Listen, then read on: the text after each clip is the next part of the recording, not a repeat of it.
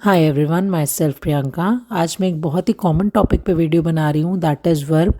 ये हमारे English language में बहुत ही इम्पॉर्टेंट है और ये बहुत ही इनिशियल क्लासेस से स्टार्ट हो जाता है और बच्चों को काफ़ी कन्फ्यूजन रहता है इस टॉपिक में। सो मैं पूरी कोशिश करूँगी कि आपकी जितनी भी प्रॉब्लम्स हैं वो इस वीडियो के थ्रू कॉन्सेप्ट्स क्लियर कर सकूँ मैं आपके। So let's start the video. Verb verb क्या चीज़ है? The word which show the action और state of being are called verb. कोई भी चीज़ का जो एक्शन होगा, किसी भी काम का करना या होना, वर्ब के अंडर आता है। कुछ एग्जाम्पल्स के थ्रू समझेंगे। जैसे लिखा है, Rahul eats his dinner quickly, we went to the market, you write neatly in your notebook, I know the answer. So जो वर्ड्स हैं like eats, went, write, know, ये सब वर्ड्स एक्शन बता रहे हैं कि करा है, खाया है, गए हैं, लिखा है, जानते हैं। ये जितनी भी नॉलेज दे रहे हैं, ये सब वर्ड्स को हम वर्ब कहते हैं। कुछ और एग्जांपल्स देखिए, लाइक जैसे learning, going, dancing, singing, eating. ये कई सारे एग्जांपल्स जो भी हम पूरे दिन में वर्क करते हैं वो सब क्रिया के अंडर ही आते हैं।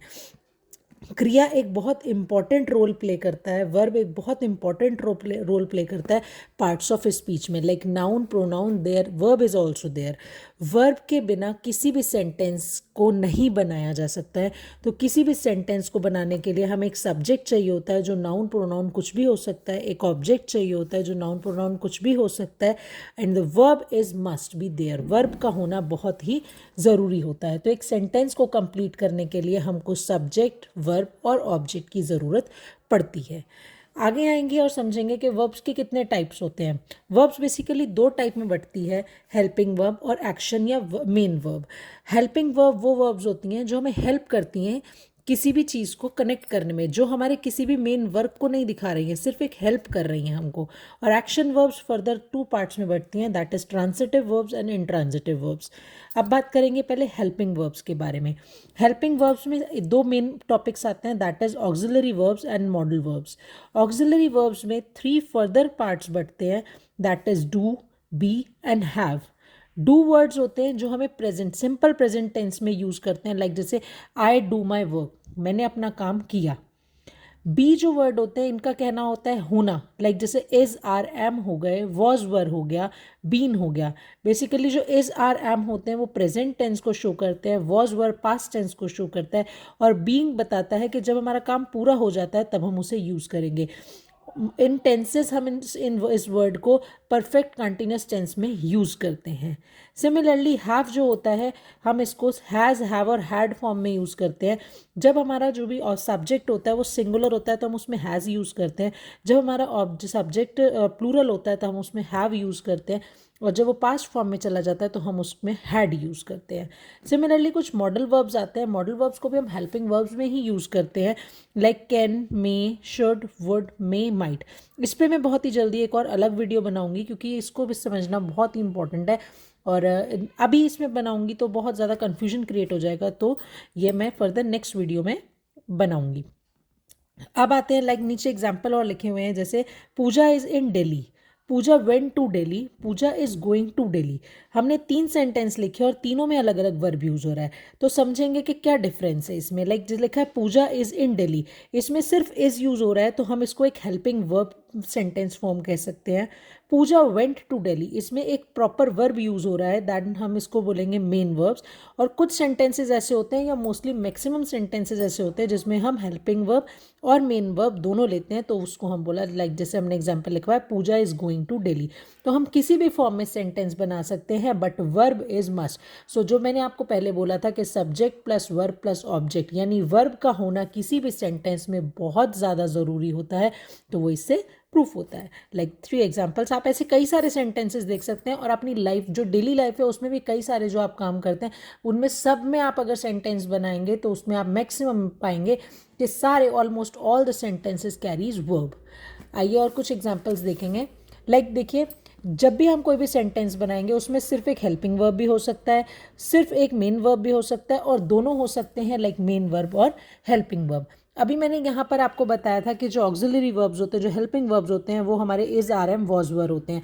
कुछ लोगों को इसमें भी कन्फ्यूजन होता है, ये बहुत ही छोटी क्लास में इंट्रोड्यूस हो जाते हैं बच्चों के, तो मैं इस पर आपको बताऊंगी। लाइक इज जो होता है, इज में हम किसी भी नेम को यूज़ कर सकते हैं, लाइक कोई भी नाम होगा, Ram, Shyam, Sita, any name. Singulars होंगे यानी कि वो सिंगुलर फॉर्म में होना चाहिए, तो या फिर ही हो या फिर शी हो या फिर इट हो, तब हम उसमें इज इंट्रोड्यूस कराते हैं। अगर आई होता है तो हम उसमें एम यूज़ करते हैं। अगर प्लूरल होता है, वी, यू, दे होता है, तो हम उसमें आर यूज़ करते हैं। इसके बाद आते हैं जो वर्ब्स थे, अभी हमने यहाँ पे बताया था वर्ब्स ट्रांजिटिव और इनट्रांजिटिव फॉर्म में होते हैं, तो अब इसको थोड़ा सा समझेंगे। वर्ब्स टू टाइप्स के होते हैं जो मेन वर्ब्स होती हैं, ट्रांजिटिव वर्ब्स और इनट्रांजिटिव वर्ब्स। जो ट्रांजिटिव वर्ब्स होती हैं इनमें हमको ऑब्जेक्ट की ज़रूरत होती है किसी भी सेंटेंस को कंप्लीट करने के लिए। विदाउट ऑब्जेक्ट हमारा सेंटेंस कंप्लीट नहीं होता है। जैसे एग्जाम्पल से समझेंगे, यहाँ दिया हुआ है पायल लव्स।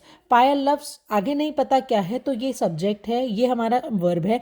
वर्ब हमें पूरी नॉलेज नहीं दे रहा है, हमें पूरा सेंटेंस नहीं समझ आ रहा है कि क्या है, तो जब तक इसमें ऑब्जेक्ट अवेलेबल नहीं होगा हम इसको नहीं जान सकते कि क्या चीज़ है।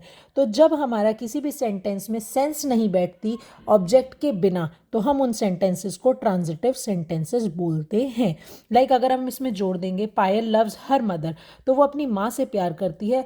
Payal loves chocolate, Payal loves ice cream, anything whatever of your choice आप लिख सकते हैं। तो इसमें जो भी ऑब्जेक्ट आएगा, जब तक ऑब्जेक्ट नहीं आएगा तब तक सेंटेंस का कंप्लीट सेंस नहीं बैठेगा।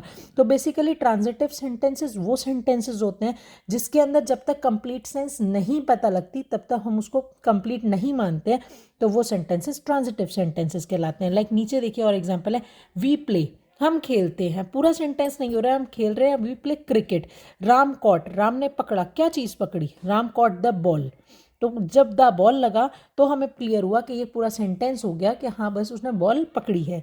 सुधा सेंट, सुधा ने क्या भेजा, द बुक्स। जब हमारी क्वेश्चनिंग पूरी नहीं होती है, हमें पूरा आंसर कंप्लीट नहीं मिलता है, तो हम उसे ट्रांजिटिव वर्ब में इंट्रोड्यूस करा देते हैं। नेक्स्ट आते हैं इनट्रांजिटिव। इनट्रांजिटिव में ऑब्जेक्ट्स की ज़रूरत नहीं होती है। लाइक द थीफ रन, चोर भाग गया, एक कंप्लीट सेंस पता लगे कि चोर भाग गया, अब उसे किसने पकड़ा, वो कहाँ गया, इसकी इन्फॉर्मेशन हमको नहीं चाहिए। हमारी पूरी रिक्वायरमेंट जो थी वो हमें सेंटेंस से मिल रही है, हमें उससे सेंस पता लग रही है, तो हमें उसमें और ऑब्जेक्ट्स की आवश्यकता नहीं है। तो इनको बोलेंगे इनट्रांजिटिव सेंटेंसेस, इसमें ऑब्जेक्ट की रिक्वायरमेंट नहीं होती है। लाइक जैसे दे जम्प्ड, कूद गए, वो कूद गए या वह कूद गए, तो उसमें हमें सेंटेंस में और आगे ज़रूरत नहीं है कि कहाँ से कूदे, कब कूदे, इसकी इन्फॉर्मेशन की आवश्यकता नहीं है। लाइक शी सैंग, उसने गाना गाया। अब क्या गाना गाया, कौन सा गाना गाया, धीरे गाया, तेज़ गाया, इसकी कोई ज़रूरत नहीं है, ये अपने आप में हमें पूरी इन्फॉर्मेशन दे रहा है, तो हम इन सेंटेंसेस को इनट्रांजिटिव सेंटेंसेस बोलते हैं। अगर आपने नोटिस किया हो कभी, जब हम एक्टिव एंड पैसिव वॉइस पढ़ते हैं तो उसमें जब भी हम सेंटेंस देते हैं उसमें ऑब्जेक्ट का होना कंपलसरी होता है।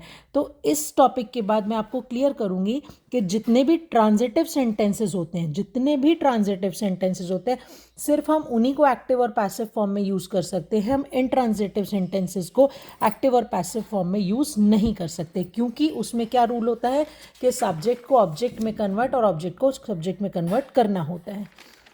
अब मैं आपको थोड़े से और एग्जांपल्स दूंगी। कुछ ऐसे वर्ब्स भी होते हैं जिनसे आप दोनों चीज़ें कर सकते हैं, वो ट्रांजिटिव भी शो करेगा और इनट्रांजिटिव भी शो करेगा। Like bird fly, bird fly, इसमें सेंस कंप्लीट है कि बर्ड उड़ रही है, तो ये सेंस कंप्लीट दे रहा, इसमें सेंस कंप्लीट आ रही है, तो ये क्या होगा, इनट्रांजिटिव वर्ब्स होंगे।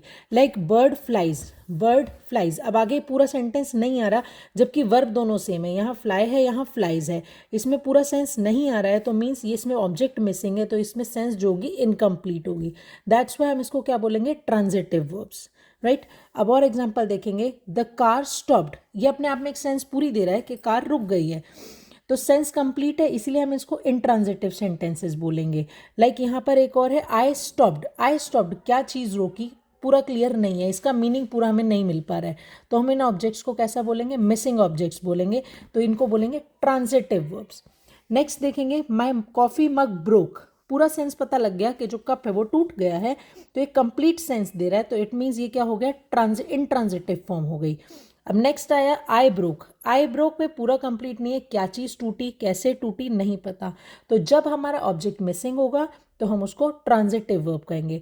आई होप इससे आपकी बहुत सारी जो क्वेरीज होंगी कवर अप हो गई होंगी। Thank you for watching the video.